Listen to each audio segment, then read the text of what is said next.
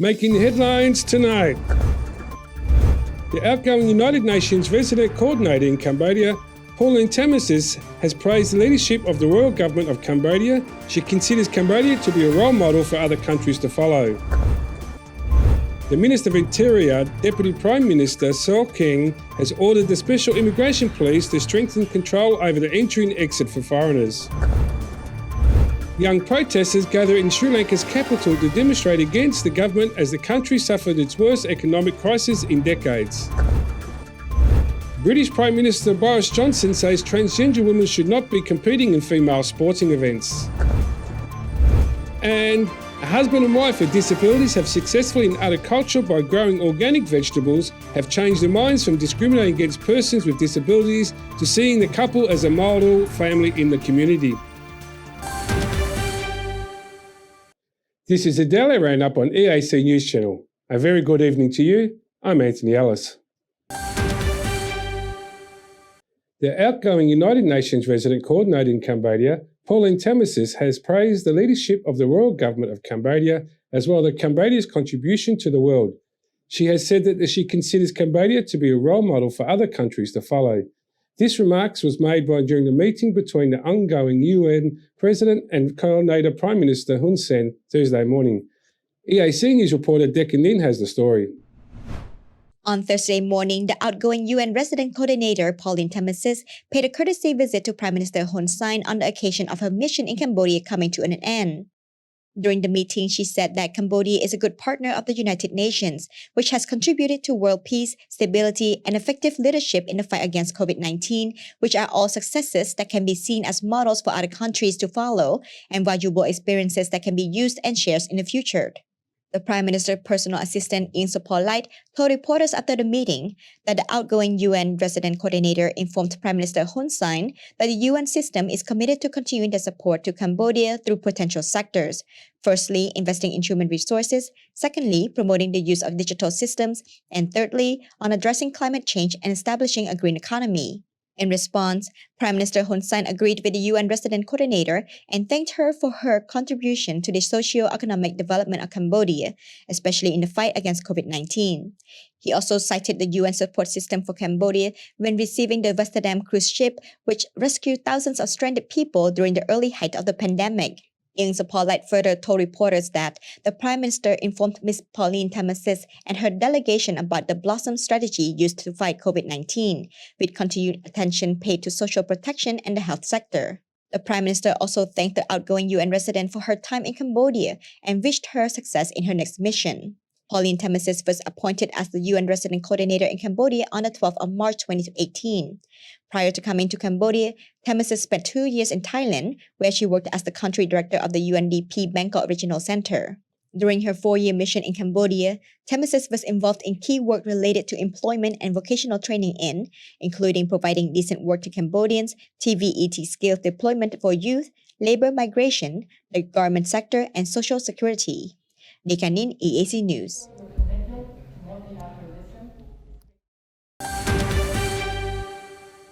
The Minister of Interior, Deputy Prime Minister So King, has ordered the Special Immigration Police Force, along with the border, strengthen control over the entry and exit of foreigners, as well as immediate deportation of foreigners found to have entered the country without requirement legal documents.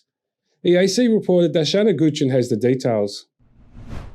While speaking at the closing ceremony of the meeting to summarize the work results of 2021 and set the direction of the General Department of Immigration for 2022, held on Wednesday afternoon, Deputy Prime Minister So King affirmed that the Royal Government of Cambodia and the General Department of Immigration have successfully been carrying out the work of confiscating illegally held documents from foreigners so that illegal residence in Cambodia will not occur. He stated, strict measures must be taken regularly and no one should be allowed to live illegally in Cambodia. He further stressed that officials must not conspire with illegal immigrants and must equally apply the law to people of all nationalities.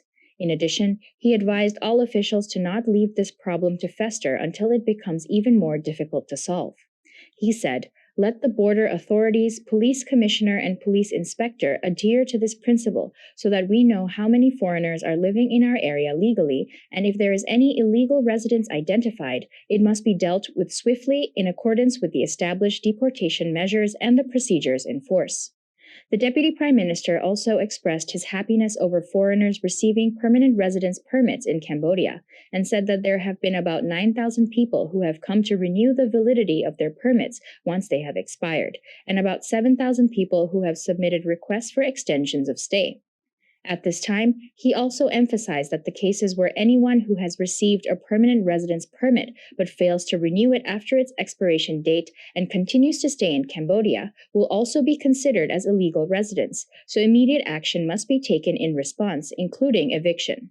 According to a 2019 report from the Director General of the General Department of Immigration, General Kiek Chantarit, the department has confiscated permits for 28,945 foreigners out of a total of 89,786 permits issued for holding irregular administrative documents.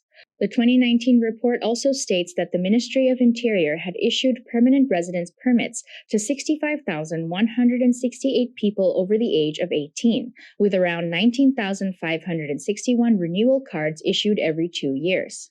Of this number, 15,933 were renewed for the first time, 3,567 for the second time, 52 for the third time, and 9 for the fourth time.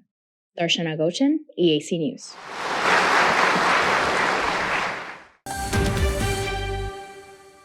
The Culture, Tourism and Sports Fair has been officially opened on the 6th of April 2022 under the chairmanship of Tourism Minister Tong Kong with the Timor-Leste Ambassador Cambodia Emmanuel Capa Lopez at the Murdoch Techo National Stadium. EAC News reporter April Kong has more details. The exhibition is organized for 5 days from 6 to 10 April 2022. The purpose is to celebrate the Khmer New Year, promote the traditional culture, local food, and inspire local tourism products. Minister Tong Kon said that through this event, Murdoch Techo National Stadium will be a new tourist destination in an area that has the potential to attract tourists and will also be the venue for the SEA Games for the upcoming 2023. The representative from KHB Media that co-organized the exhibition, Ms. Boranek, also said that the event has a program of Khmer cultural custom accompanied by Khmer New Year songs, Khmer traditional song, and social media TikTok award, TikTok party, and the first TikTok charity in Cambodia. The TikTok idols will compete to win the TikTok Award 2022 and help to raise funds to donate to Kun Piat Bopat Children's Hospital. The event also features local and general product exhibitions, tourism, education, cultural, financial and real estate, motor vehicle, and sports stall with a total of nearly 300 booths. Taking this opportunity, Minister Tong Kon called on and reminded the subnational administration and private sector in the tourism sector to promote and implement the measure of the royal government, the Ministry of Health, the Ministry of Tourism to prevent, protect, and maintain safety to provide confidence and warmth for tourists traveling in Cambodia, contribute to promoting Cambodia as a safe and warm tourist destination. With last night being the opening night, over 2,000 people had attended. For the opening, the younger crowd dancing with their TikTok idols, with traditional dancing, with people eating and tasting the local food with lots of sitting in the area. The event is for all ages to show off their talents in dancing, singing, TikToking, and enjoy the entertainment. Sraipo Kong, EAC News. The Minister of Tourism, Tong Kong, has reminded the subnational administration and the private tourism sector to promote and implement the measures of the royal government to prevent, protect and maintain safety and to the trust to provide comfort to tourists travelling in Cambodia, in order to contribute in promotion of Cambodia as a safe and warm tourism destination. He has particularly requested all tour operators to think of new business models, adapt to current socio-economic situation. EAC News reporter Deccan Nin has more. Speaking at the opening ceremony of the Culture, Tourism and Sports Fair at the Murdoch Techo National Stadium Wednesday evening, Minister Tong Kon made a number of proposals to help prevent the spread of COVID-19 and ensure the stability and the sustainability of tourism business bases and tourism destinations in Cambodia, especially in regard to welcoming tourists for the upcoming Khmer New Year.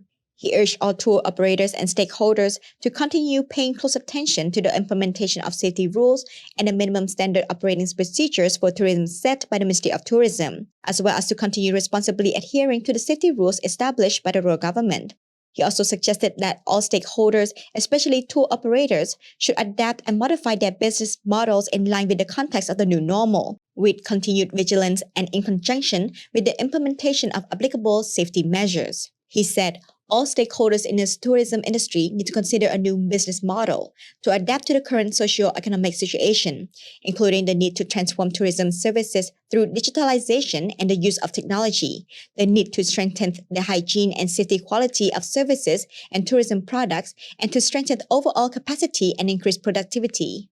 The Deputy Governor of Phnom Penh, Kasok Pisay, also spoke at the ceremony and requested Phnom Penh residents and all tourists to continue actively participating in the implementation of the 3 do's and 3 don'ts health measures to prevent the further spread of COVID-19 and ensure the stability and sustainability of tourism services in Phnom Penh, especially during the upcoming Khmer New Year. The Deputy Governor also requested all tourism business owners to continue following the minimum standard operating procedures according to the types of services they offer with high responsibility.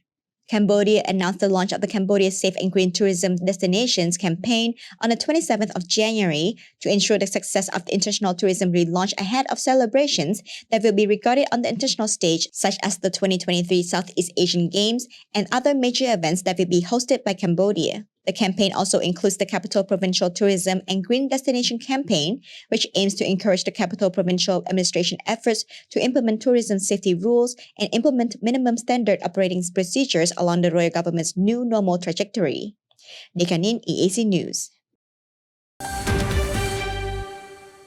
Farmers in 2 provinces in Cambodia have turned into organic growing vegetables and fruits using compost instead of chemical fertilizers. Under the World Vision 2 Maize project, farmers are being taught how to adopt organic vegetables growing practices to help make their businesses more productive and profitable, and to also promote more healthy ways of eating of living. EAC News went down to conduct an interview with a few people involved in the project. EAC News reporter Dashana Guchin will tell you more about it.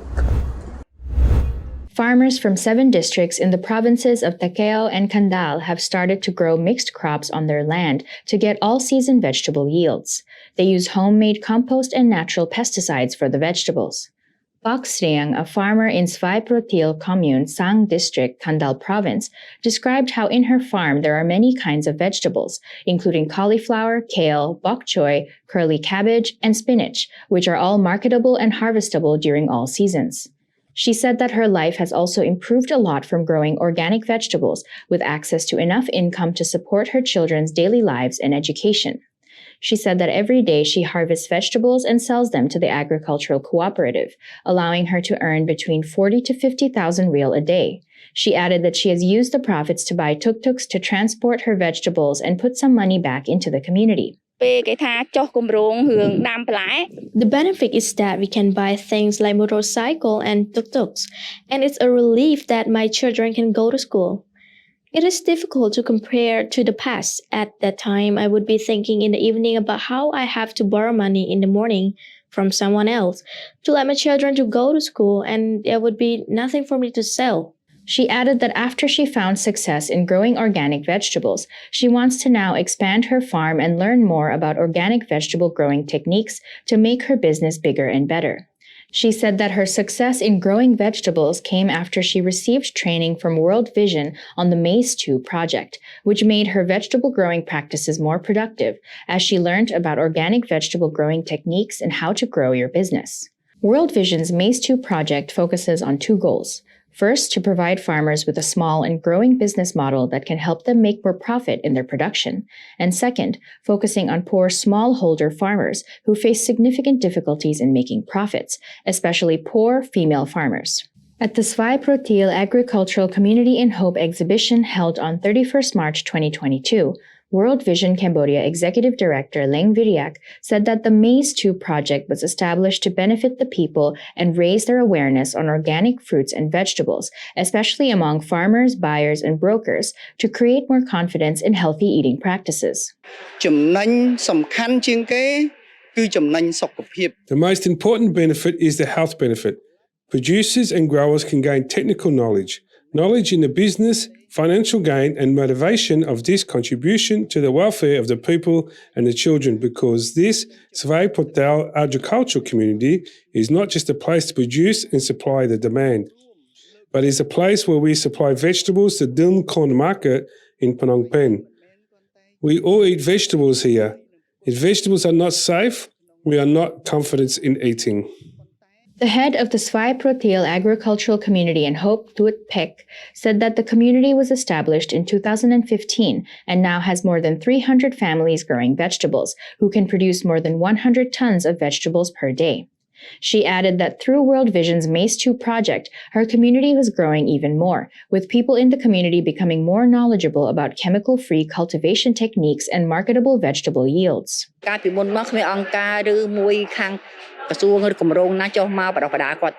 In the past, no organization or ministry or project came down to train people in growing vegetables, but now there is support and cooperation from World Vision's MASE 2 project.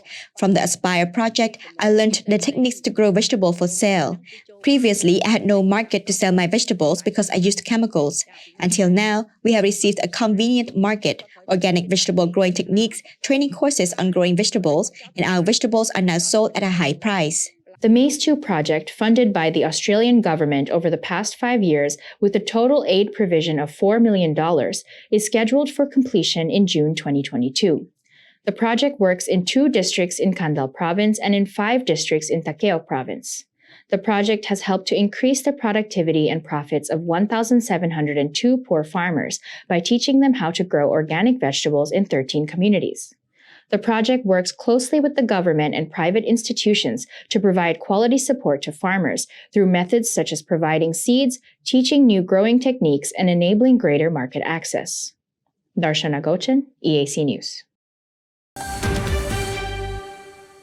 Cambodia has reported 27 new COVID-19 cases, none of which have been imported. There have been 68 patient recoveries and no new deaths. The Kingdom has now recorded 15,420 cases of Omicron, 1,353 imported, and 14,067 community cases. Cambodia's COVID-19 case tally has now climbed up to 135,861. The death toll stands at 3,055. The number of patients treated successfully since the pandemic reached Cambodia is 132,517, and the tally for imported cases have climbed up to 21,210. Healthcare workers are currently treated a total of 213 patients.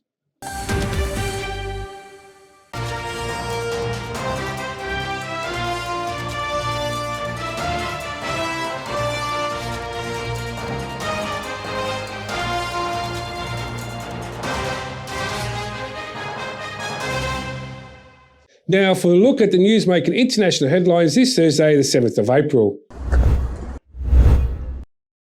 The Czech Republic has become the first NATO country to send tanks to Ukraine, including T-72 and armored infantry vehicles. This delivery is understood as a gift by NATO allies following President Zelensky's plea for help for more than a month. Several BVP-1 infantry fighting vehicles, howitzer artillery pieces, and more than a dozen T-72 tanks were loaded on a train bound for Slovakia, where they are expected to head on to Ukraine. In the meanwhile, the U.S. Army tanks, fighting vehicles, and other equipment arrived in Denmark en route to Poland. For the next 9 months, they will be used to support the deployment of U.S. Armored Brigade in Europe and part of an effort called Atlantic Resolve, which involves the routine pre-planned rotation of U.S. Army units to Europe. There is a fear that NATO will soon be dragged into the ongoing Russia-Ukraine war that was started on the 24th of February.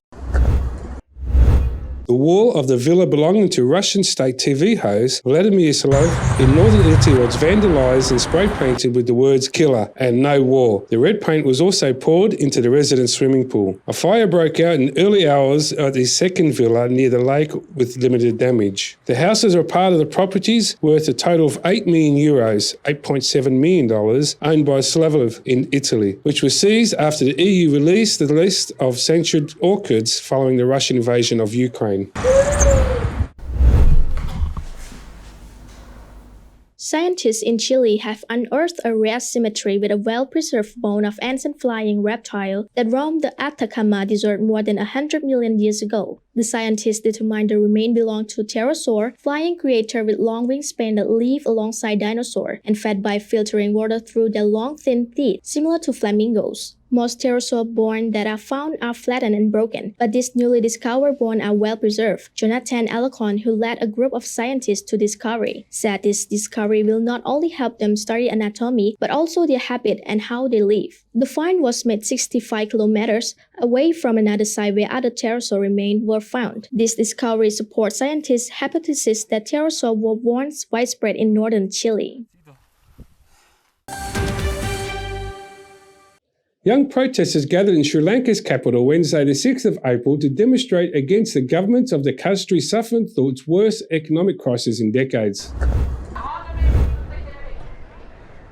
Standing in Independence Square in Colombo, 26-year-old Kasumi Ranasinghirachi said the protest was due to the constant oppression by the state of trying to silence us, trying to ignore other voices. Protests led by young people have continued daily since Sunday, 3rd of April, and they have said they will not stop until the president meets their demands or resigns. President Gotabaya Rajapaksa revoked a state of emergency late on Tuesday after dozens of lawmakers walked out of the ruling coalition, leaving his government in a minority in parliament as it struggles to quell protests against the crisis. The emergency was imposed on Friday. People have been suffering from shortages of fuel, power, food, and other items for weeks, and doctors say the entire health system could now collapse. The day before, Sri Lankan police used tear gas and water cannons to disperse hundreds of protesters gathered outside Prime Minister Mahinda Rajapaksa's private residence in Tanggale. It happened as Sri Lankan President Gotabaya Rajapaksa dropped his brother as finance minister on Monday after disbanding the government and calling for a unity administration as protests over the country's economic crisis focused on the role of the ruling family.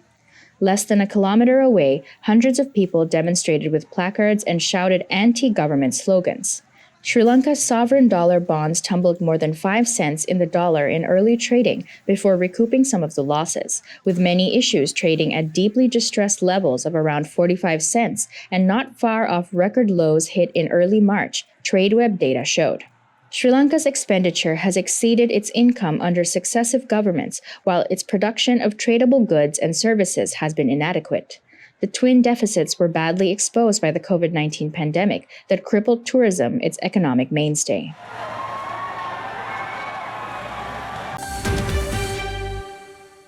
US Senate of State Antony Blinken met with the foreign ministers of Britain, France, Germany and Italy in Brussels on Wednesday, the 6th of April, as the world's wealthy diplomatic powers prepare to roll out new round of sanctions against Russia in response of horrifying images of executed Ukrainians in the city of Bucha.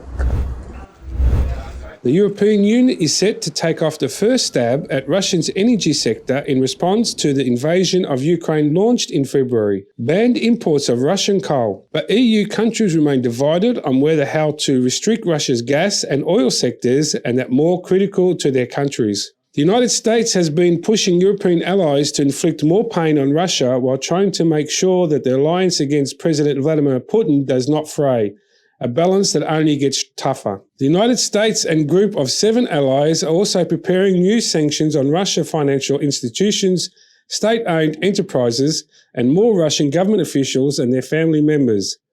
In addition, they plan to ban new investments in Russia, and the United States have banned Moscow from paying sovereign debt holders with money in US banks.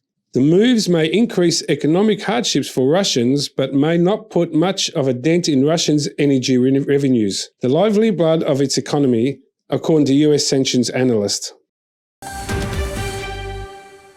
US Deputy Secretary Wendy Sherman on Wednesday, the 6th of April, said that the range of sanctions imposed on Russia for its war in Ukraine should give China's leader Xi Jinping a good understanding of consequences China could face if it provides material support for Russia. Sherman made the remark at a U.S. House of Representatives Foreign Affairs Committee hearing. U.S. Treasury Secretary Janet Yellen also issued a warning to China that Treasury was prepared to turn in sanction tools against Beijing in the event of Chinese aggression against Taiwan, which China claimed as a wayward province. Asked if the United States would take such step if Taiwan was threatened, she said, "Absolutely, I believe we've shown that we can. In the case of Russia, we threatened significant consequences. We've imposed significant consequences, and I think that you should not doubt our ability and resolve to do the same in other situations." If China, in any way, shape, or form, provides material support to Putin in this premeditated, unjust, and unprovoked invasion, there will be consequences.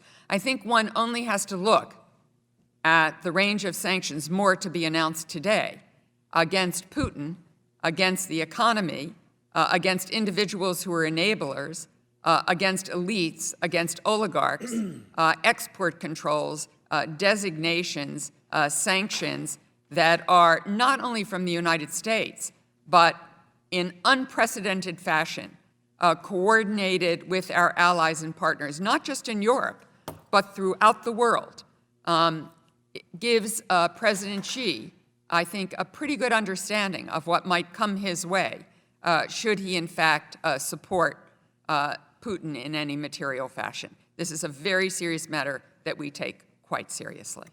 The potential of consequential U.S.-India relationship, to me, is worth the effort. After the break, a look at all the latest sports news.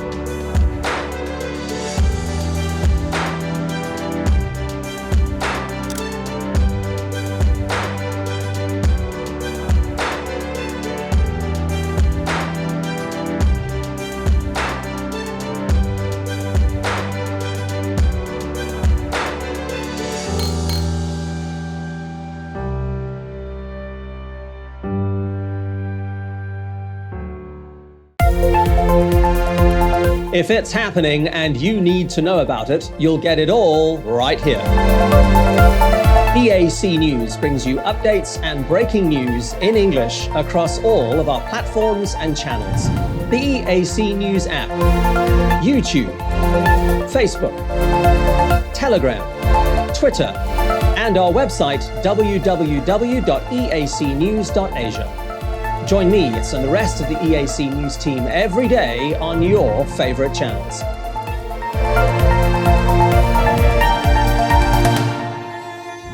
EAC News, Cambodia made clear.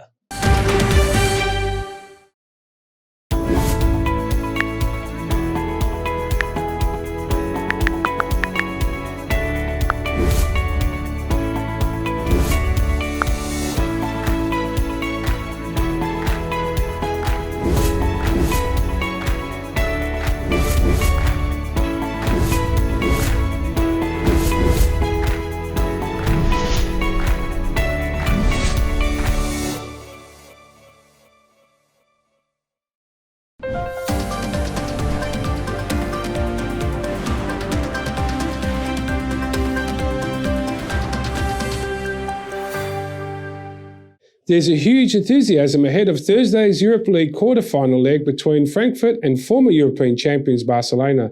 The German side captain Sebastian Rode said on Wednesday the 6th of April.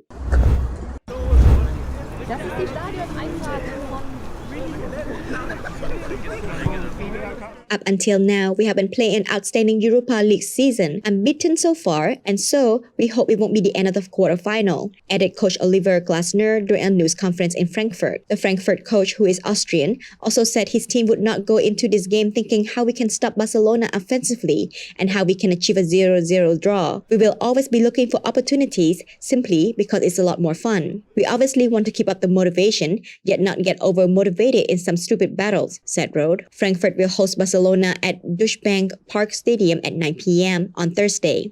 The second leg will be held on April 14. I think the entire club, the team, and also the city, the fans deserve this game. So far, we have been playing an outstanding Europa League season, unbeaten so far, so we hope it won't be the end of the quarterfinals. Eintracht Frankfurt captain Sebastian Rode said, "That's right, the euphoria surrounding this game is huge, and we need to keep a cool head. Especially for many new players, the atmosphere will be something special. We also expect the fans to come up with something, as was the case in recent years. We obviously want to keep up the motivation, yet not get over-motivated in some stupid battles."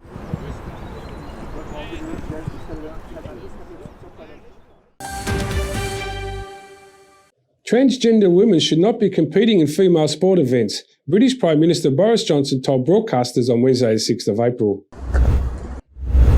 I don't think that Johnson was speaking as the county looks set to abandon plans to hold a flagship conference designed to promote LGBT plus rights around the world. Charities and organisations are boycotting the event following a dispute over conservation therapy for transgender people. I don't think biological males should be competing in female sports events. Maybe that's a controversial thing to say, but it's just it seems to me to be sensible, Johnson said. I also happen to think that women should have spaces, whether it's in hospitals, prisons, or changing rooms, which are dedicated to women. That's as far as my thinking has developed on this issue. If that puts me in conflict with some others, then we have to go to work it all out. It doesn't mean I'm not immensely sympathetic to people who want to change gender. Transgender rights have become a hot talking point at Sports Week to balance insensitive with ensure that there is not fair advantage. Transgender cyclist Emily Bridges was ruled out of Britain's National Omnium Championships last weekend after the sports governing body, the UCI, ruled she was ineligible. British Cycling has cleared Bridges to take part under their transgender and non-binary participation policy. New Zealander weightlifter Laurel Hubbard became the first transgender athlete to compete in the Olympic Games in Tokyo last year. University of Pennsylvania swimmer Leah Thomas last month became the first transgender National Collegiate Athletic Association champion in Division I history after winning the 500-yard freestyle. Thomas competed on the Pennsylvania's men's team for 3 years before transitioning to setting multiple program records with the women's team, but her eligibility has come under considerable scrutiny. The latest International Olympic Committee guidance, updated its November last year, is that no athlete should be excluded from competition on the grounds of perceived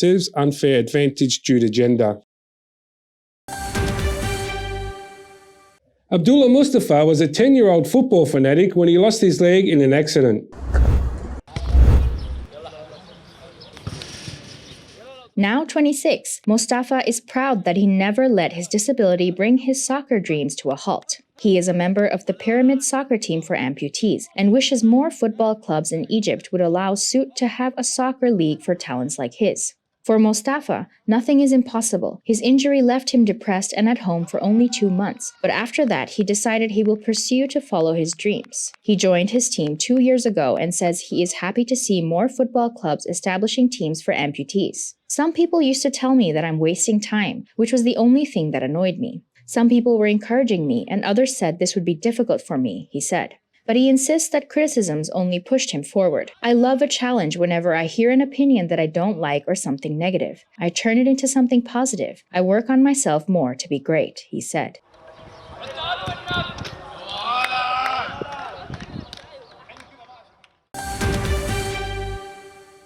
Now let's have a look at the weather and what you can expect for tomorrow.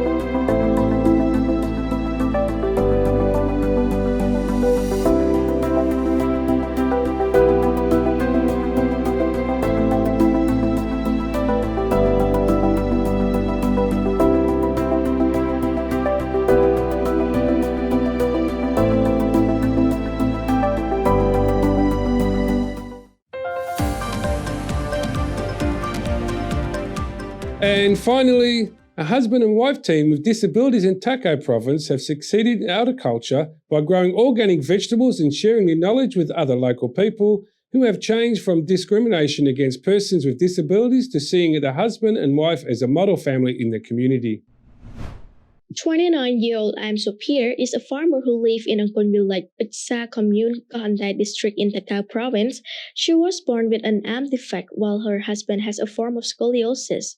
Even though she and her husband have disabilities, she said she has never given in to any difficulty she faced and has worked hard to develop herself into a model farmer in the community by growing organic vegetables and sharing her agriculture knowledge with others. She said that before she started farming, her life was very difficult because she did not have a job, despite applying for many positions. When my husband and I got married, we could not migrate abroad to work outside because we faced a lot of discrimination due to our disabilities. Sophia and her husband worked hard to support their family through farming. She first started growing food for the family after receiving a plot of land from an NGO and expanded the cultivation until she was able to start selling vegetables to other villagers. At that time, we first thought about growing vegetables for the family, but when others saw my family growing vegetables and eating them, the villagers around my house began turning to me to buy my vegetables, and I started growing more vegetables. In 2020, Sophia joined World Vision Maize 2 project by growing organic vegetables and selling them to the farming community. Through this project, she developed her abilities in cultivation, planted many kinds of crops, received agricultural material, and also gained techniques for caring for natural crops. Once we joined the project, we were guided to various training courses. I was able to distribute agricultural materials to my family, so we expanded our vegetable growing. When we grow vegetables, we can have a life that may not be prosperous but is easier, and the villagers in my community were able to see the ability of my family. She continued that in her farm there are many kinds of vegetables such as cabbage, soybean, and yellow watermelon, which can provide her with an income of 40 to 50,000 real per day. Through her struggle and success, Sophia was able to win the title of Outstanding Farmer in the community. Do not pity the disabled, but value them, so that they have the courage to struggle like me. Even though my family has disabilities, I can grow my own vegetables and live without migrating abroad to earn money. Currently, Am Sopir is a leader in sharing knowledge about agricultural production to the people living in her community. She is also a beacon of encouragement to persons with disabilities. She wants to help unemployed people in the community turn to growing organic vegetables like her. Sopir's husband, Paul Sopi, expressed his happiness and pride to his wife, who struggled in farming and wished to share her knowledge with others.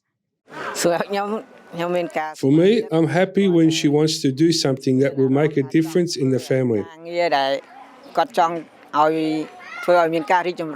as well as share it with other people who have not done anything.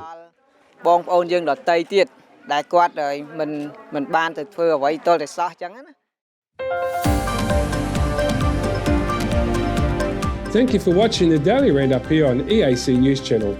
For more breaking news and updates, check our website eacnews.asia or search EAC News on Telegrams, Smart TV or your favourite app store.